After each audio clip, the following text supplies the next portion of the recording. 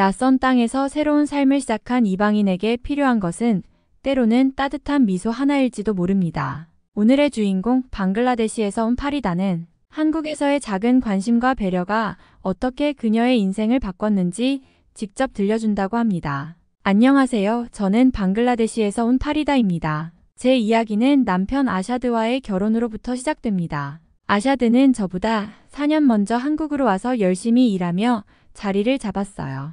고향에 있는 가족들을 도우며 생활을 이어갔던 아샤드는 오랜 시간의 기다림 끝에 고향으로 돌아와 저와 결혼했고, 그렇게 저는 한국이라는 새로운 나라로 오게 되었습니다. 처음 한국에 도착했을 때 모든 것이 너무 달라서 당황스러웠어요. 한국의 높은 빌딩들, 분주한 거리, 그리고 익숙하지 않은 한글 간판까지 낯선 풍경 속에서 저는 쉽게 길을 나서기가 두려웠죠.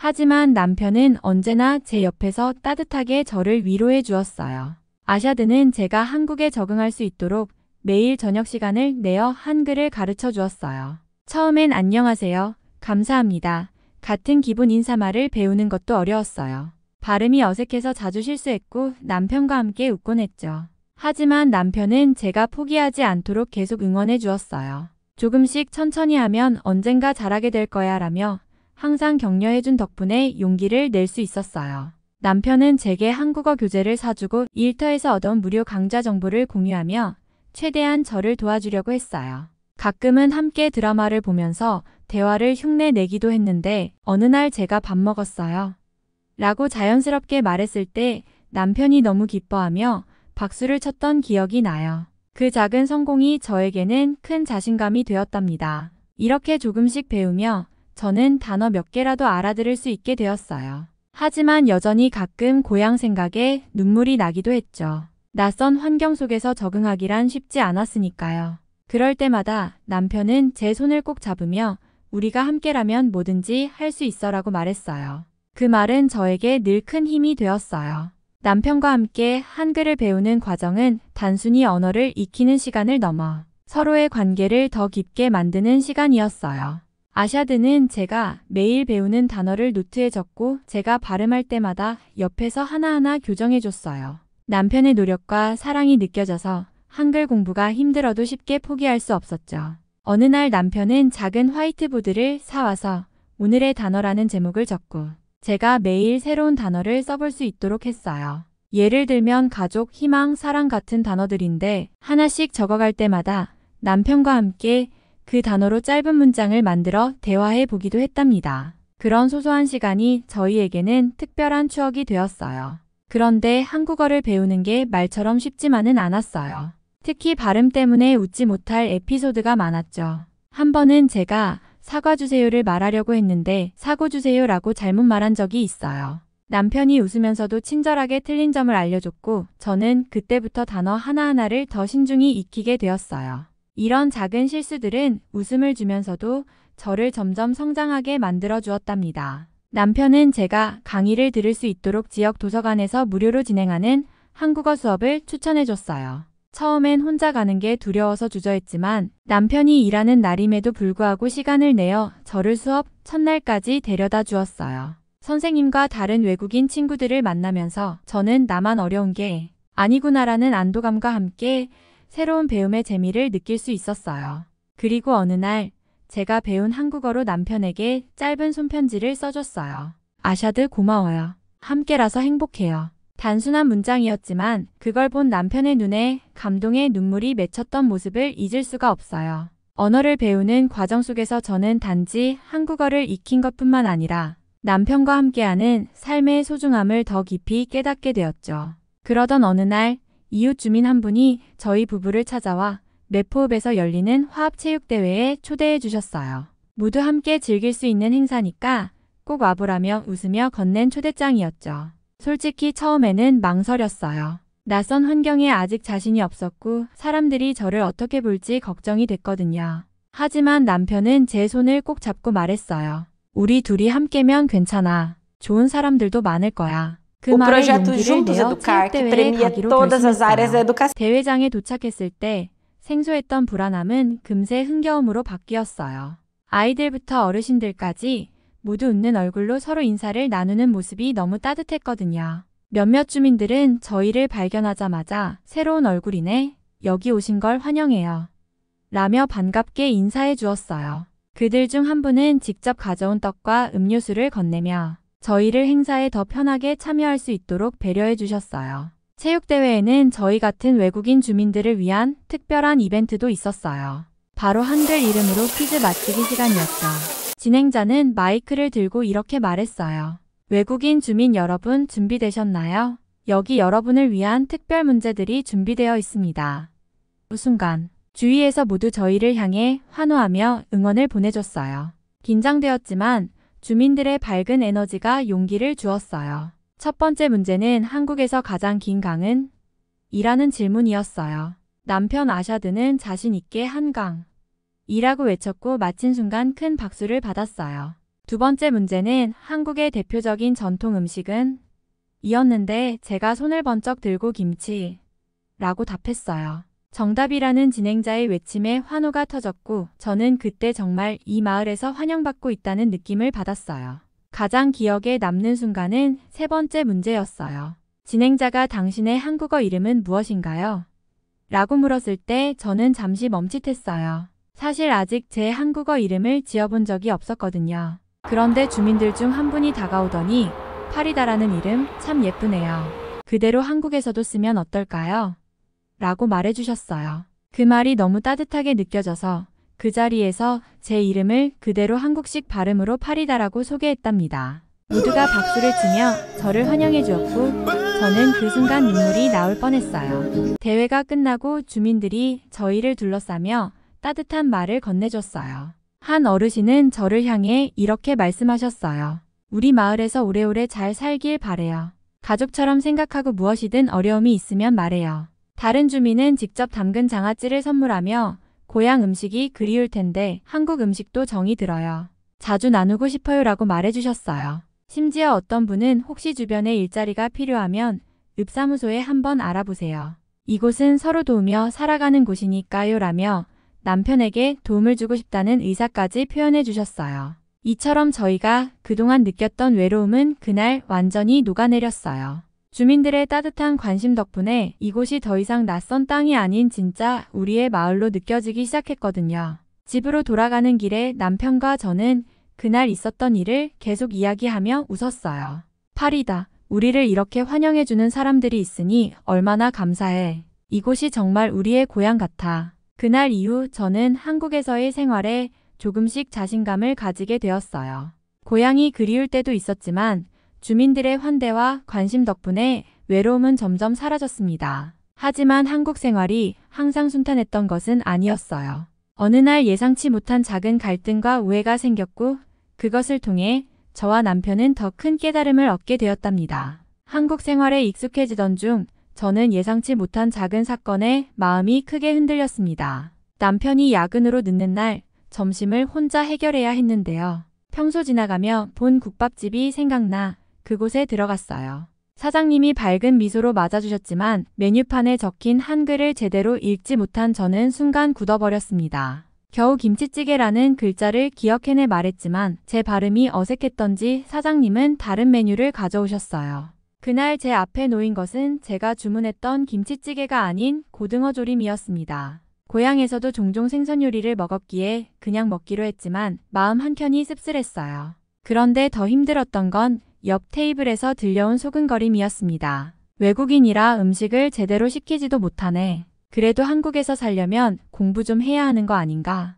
라는 말들이 제 귀에 들어왔어요. 마치 제가 그 자리에 있어선 안 되는 사람처럼 느껴졌죠. 참으려고 했지만 마음속에서 무언가 무너져 내리는 것 같았습니다. 집으로 돌아오자마자 남편에게 그날 있었던 일을 이야기하며 눈물을 터뜨렸어요. 남편은 제 손을 꼭 잡고 위로했어요. 파리다, 이런 일이 있을 수 있어. 내가 부족한 게 아니야. 우리가 더 배우면 그런 순간도 자연스럽게 넘어갈 수 있을 거야. 그의 말에 힘을 얻은 저는 그날부터 한국어 공부를 더 열심히 하기로 결심했습니다. 다음날 아침부터 남편과 함께 한국어 책을 펼쳤어요. 메뉴판에서 볼 법한 단어들, 음식 이름들, 그리고 가게에서 쓸 수 있는 간단한 표현들을 적어가며 외웠습니다. 남편은 일터에 나가기 전에 잘했어요. 이건 얼마예요?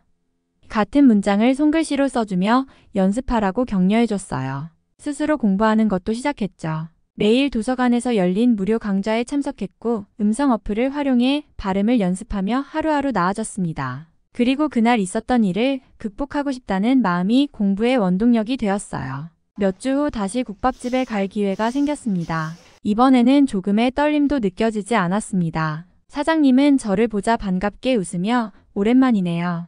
오늘은 뭐 드실래요? 라고 물으셨어요. 저는 또렷하게 김치찌개 주세요 라고 말했습니다. 제 발음이 제대로 전달되었는지 사장님은 웃으며 네, 김치찌개 맞죠? 바로 준비해 드릴게요.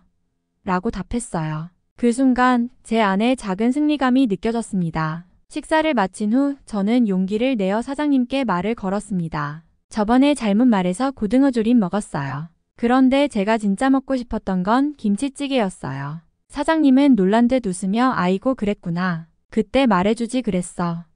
라고 말씀하셨죠. 저는 그제야 그날 제 발음이 어색해 오해가 생겼던 것을 설명하며 처음 겪었던 상황을 털어놓았습니다. 사장님은 그랬구나. 내가 더 신경 써서 들어야 했는데 미안해요. 앞으로는 먹고 싶은 거 있으면 언제든 얘기해요.